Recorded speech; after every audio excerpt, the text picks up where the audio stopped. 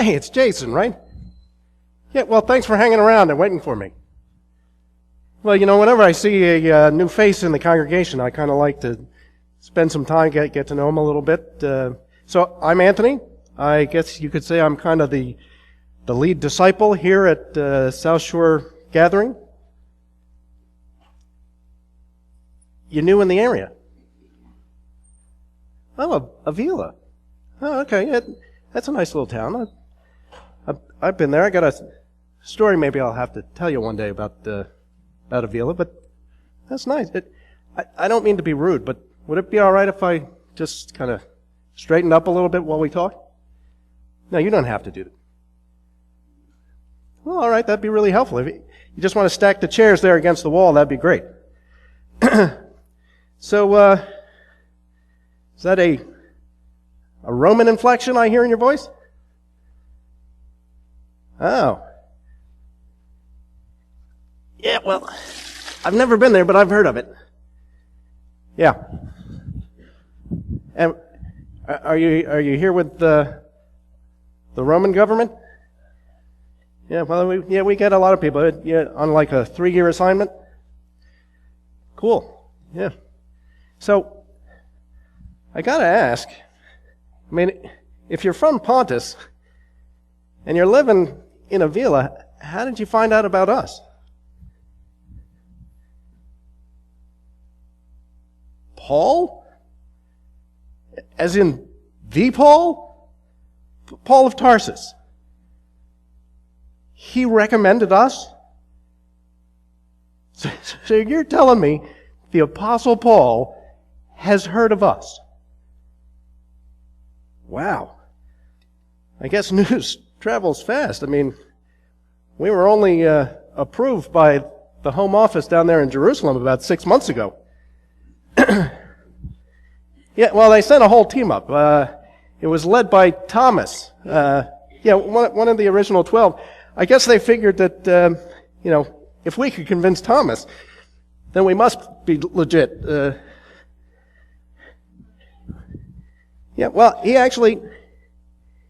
We had met before. In fact, when he came up, he baptized me right here in Lake Tiberias. Oh, word to the wise? Some of the people from the other side of the lake, they call it the Sea of Galilee. Yeah, don't ask me. Galileans. They think they own everything. Yeah, so they came up to kind of check us out.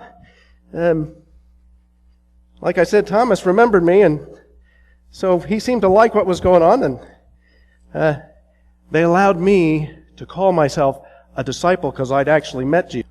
Well, yeah, it was just the once. Totally changed my life. No, I mean, totally changed my life. So, if you don't mind me asking, I mean, if you know Paul and you bothered to come check us out, are you a believer? Okay, so you really haven't made that commitment. Well, yeah, I understand. I mean, I don't think it's quite as hard for some of the Jews, but for us Gentiles, that's what they call us. The Greeks and Romans and Babylonians and pretty much anybody that's not Jewish. Yeah, but, the whole idea of just, one God who does it all, we have gods for everything. Yeah. Although, to be honest, I mean, I am Greek, but my parents weren't big on the whole religion thing. I mean, I remember my dad saying, as we were growing up, if there are any gods, they don't seem to care about us, so why should we care about them? And I think he had a point.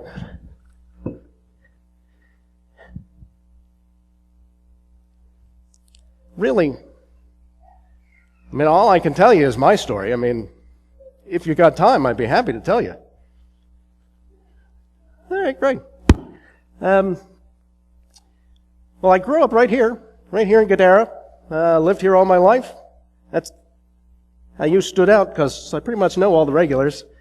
When there's a new face, kind of stands out. So, I guess really the first 8 years of my life were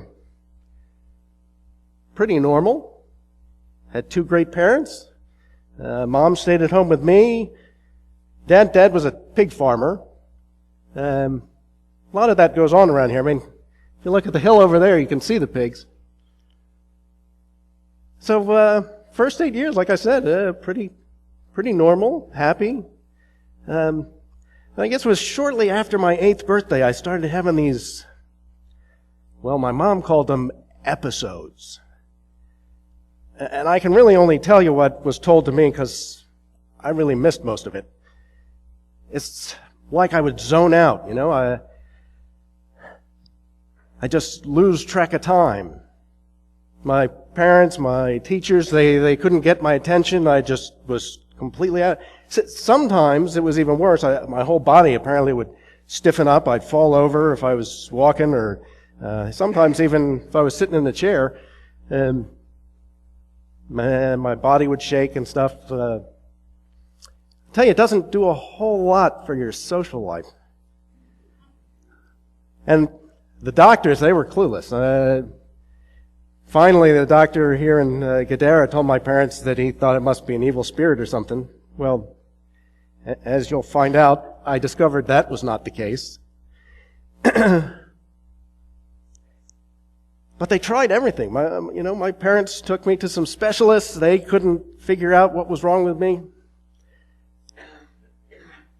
But I not really good for your reputation to be known as that kid with the evil spirit. So I got teased a lot, chased home from school, beat up. Now, with my mother's help, I at least sort of began to recognize some of the signs that one of these episodes was coming on, so that I wouldn't fall into the fire again. But still, it was tough. And there didn't seem to be anything anybody could do for me. So when I was about 15, I guess it was, I decided it was time to take matters into my own hand. I had to do something. I couldn't continue to live like this. And I'd heard about this guy. Depends on your background. Some called him a sorcerer, some a witch doctor, some a shaman. But I'd heard he'd had some success with people that nobody else could cure. He lived in Avila. Yeah, that's my Avila story.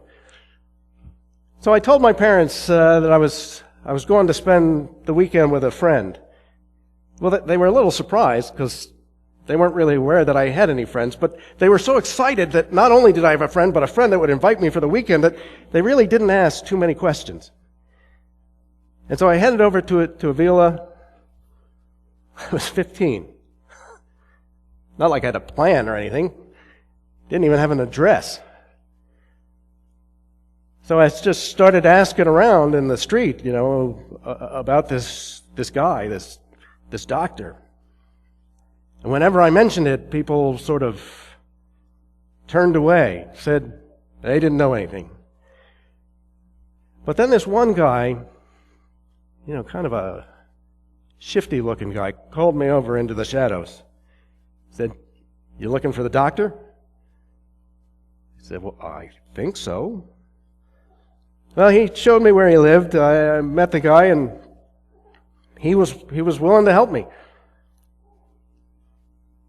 It's kind of a creepy little ceremony, but he taught me how to do it. It involved fire and some powdery stuff that makes the fire,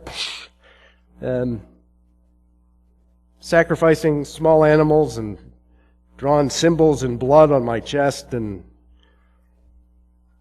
he taught me how to do the whole thing. He said I should do it, at least once a week. Well, being a kid, I figured, if a little is good, a lot must be better, right? Well, I started coming up here, actually. I don't know if you noticed it, but on the other side of those trees over there, there's some caves in the hill. It's a graveyard. Nobody comes up here at night because they're scared of the evil spirits in the graveyard.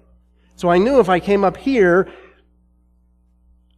nobody would see me. Nobody would follow me. So I'd come up here any time I could get away, usually a couple times a week, steal a chicken or a pig or a family cat on the way up, light a fire, do the whole thing just like the guy had showed me, right? Well, after the first couple of times, I started noticing, as I was headed home, sort of a mumbling. In fact, the first time it happened, I started looking around. I thought somebody was following me. But there was nobody there. It was kind of like, if you've ever been in a house with a door and it's closed, but you know that there's people on the other side of that door and they're talking, and you can hear the talking, but you can't really understand what they're saying. Well, that's how it started. But the more I did these little ceremonies, the louder that noise got. And then strange things started happening. The first thing was I started winning some of the fights after school. I'm not sure how it was happening. I wasn't doing anything that I was aware of. In fact, there were some times when I felt like I wasn't even in control of my body. Strangely, it didn't give me any credibility with the kids. I wasn't any more popular. In fact, once I started beating some of the kids, rather than leaving me alone, they started to group up, to form groups or gangs and come after me. Until that one day when I guess I just completely lost it. They tell me I crippled 2 kids and cracked the skull of a 3rd. It was that afternoon that the local constable and one of his deputies showed up at my house. My dad was still out with the herd, and it's just my mom and I. She started weeping, and soon it became evident to this constable and his friend that they were going to need reinforcements. And so they left, and my mom just kept saying, "What have you done?" Well, I didn't really know what I had done. I didn't feel like I had done it. I saw the whole thing take place, but it was like somebody else was controlling my body. And I looked at my mom as she stood there weeping, and I just wanted to go to her and to hold her and to tell her it was going to be all right. But then I heard my own voice. And it was saying things to my mother that I would never have said. Terrible things. And the next thing I know, I saw my hand go past my face, and I knew what was coming, but I couldn't stop it. And I thank God to this day that's when the constable and 10 other men from the town arrived. It took all of them to get control of me, and they dragged me out. They actually, strangely enough, they brought me back here. I guess they figured if there were evil spirits, they might as well hang out with the other evil spirits. Plus, I think they figured nobody would come up here anyway, so the people would be safe. They tied me with ropes to 2 big rocks.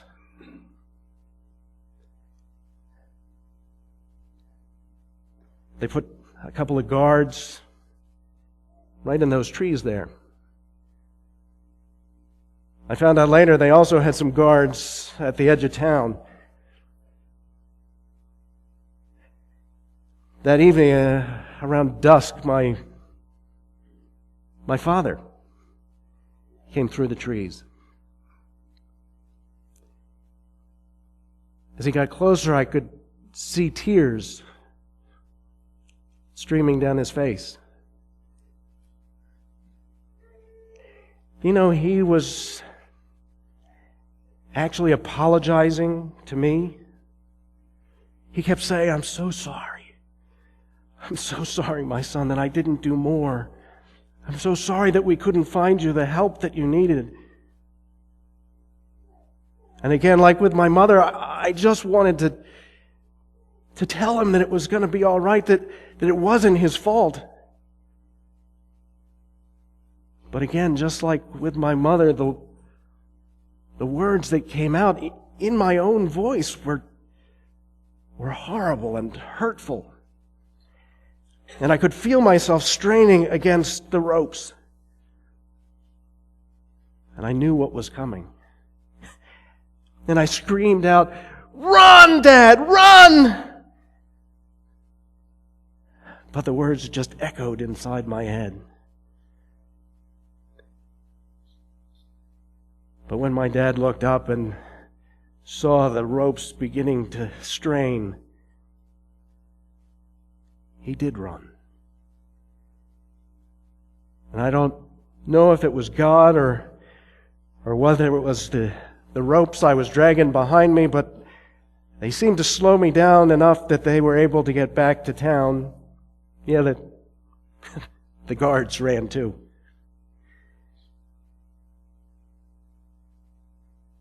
They dragged me back here several times. They started with heavier ropes, then chains, then heavier chains.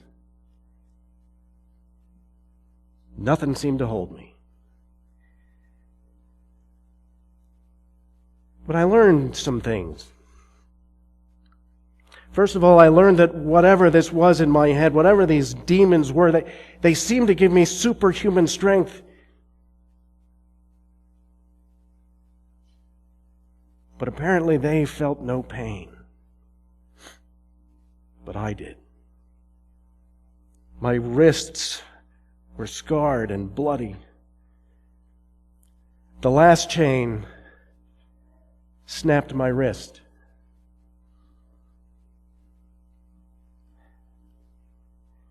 The voices in my head didn't seem to care. The other thing I discovered over time was that if I cared for anyone or anything, if I even had a thought for someone else, that person would become the focus of their hatred. And so I had to learn not to care. I had to learn to shut off my emotions because my caring would just bring pain.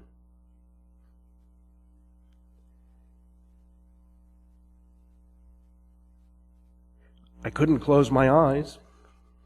I wasn't in control of my body. If my eyes were open, I saw what I was doing. I certainly felt it. It was as though I was a prisoner in my own body. And the hardest thing was, it was a prison I had made myself. It was my decision. I went to the doctor. I continued to practice what he had showed me, even when the voices were screaming in my head.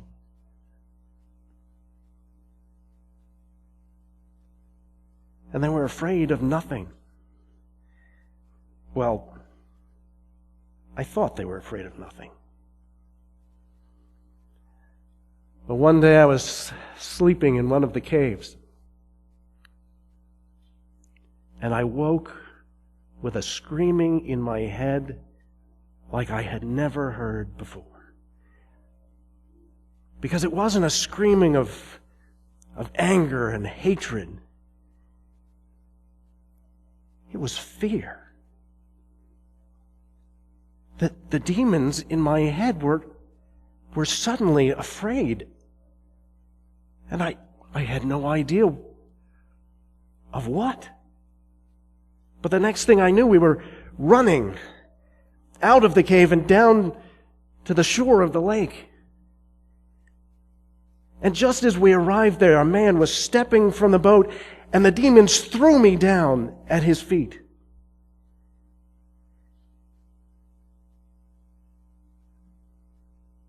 And they said, and this was the first time that I had heard their voice coming from my mouth. It wasn't my voice this time. And they were saying, "We know who you are, Jesus of Nazareth. Why have you come to torment us before our time?" Initially, whoever this guy was said nothing.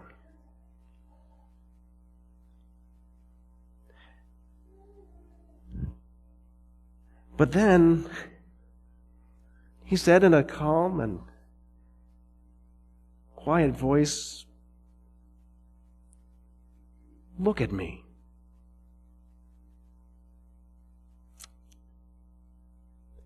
When my body didn't respond, he spoke again, and this time with an authority that I had never heard before. "Look at me." Immediately the demons raised my head and looked directly into the face of Jesus.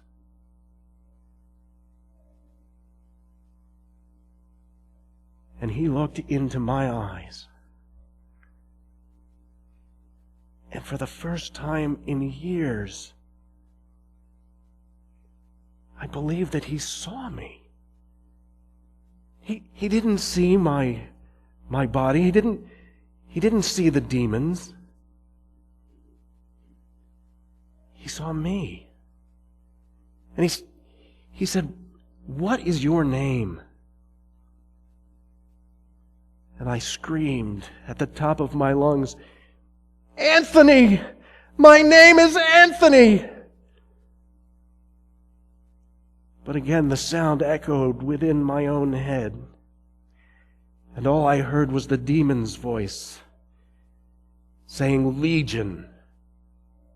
Our name is Legion, for we are many." Now, you would know. A Roman legion is like 10 or 15,000. I had no idea.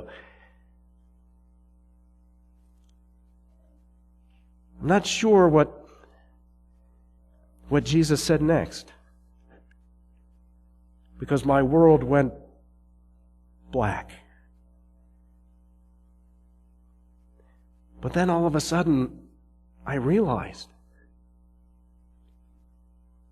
that it was quiet. Even in my head, it was quiet. And then I heard that voice again. "Anthony."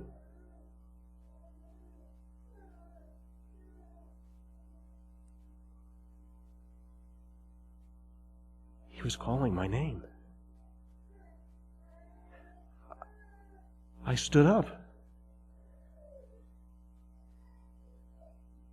My body was healed. The voices were gone. Some of his disciples helped me to clean myself up.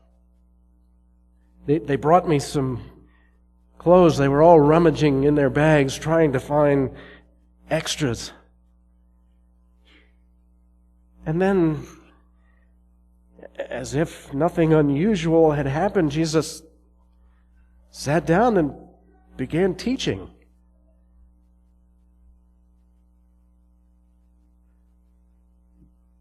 Then some people from the village came. They were angry as they came, but when they saw me dressed and acting normal, they were a little taken aback, but when they had gathered themselves, they then turned to Jesus and said, "Are you the one that destroyed our herd of pigs?"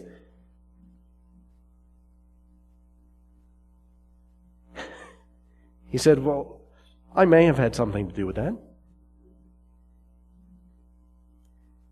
Well, you'll understand this as well. I guess they assumed that he was some sort of mighty sorcerer.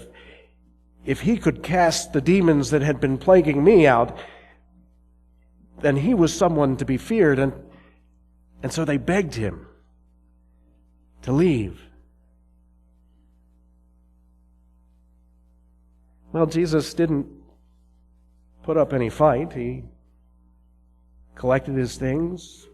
His disciples threw their stuff back in the boat. I begged him.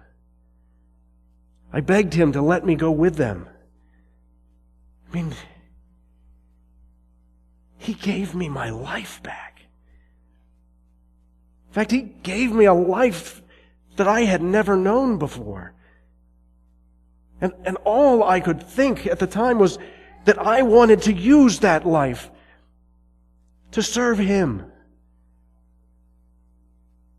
I just wanted to follow him. And I begged him to take me with him. But he put his hands on my shoulders. And he looked me in the eye and he said, "Anthony, these people need you. The only way that they're going to come to know me is through you. So go home to your family. Tell them what's been done for you. And continue to tell your story."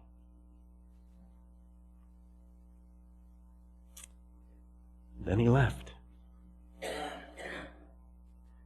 And I went home. As I approached my house, I could see my parents in the front window. They saw me approaching, and I could see the fear in my mother's eyes. And I could tell that my father was trying to calm her down and telling her to just stay where she was. And he came out to meet me. I raised my arms, and we ran to each other and embraced. I said, "Papa, I'm home." And then my mother came out and we hugged and we talked for hours. I told them everything that had happened. And I remember my father's, as usual, understated reaction. Now that's a God I could get behind. And that's how we started. It was just my mother and father and I, and then a few neighbors, and our gathering has grown. What? No. Oh, listen, don't feel sorry for me. I love my story. If I had not gone through what I went through, I might never have encountered Jesus. And I know that if I had not gone through what I went through and put my parents through what they went through, they certainly would never have known Jesus. In fact,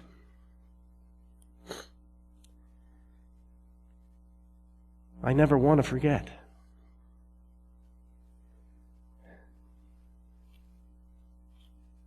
I keep these to remind me of where I was when Jesus found me. Because although these shackles remain,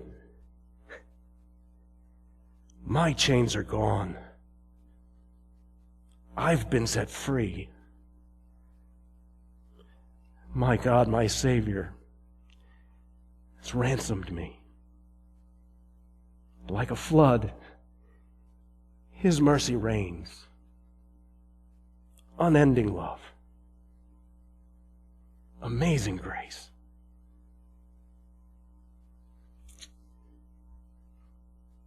Please stand as we sing.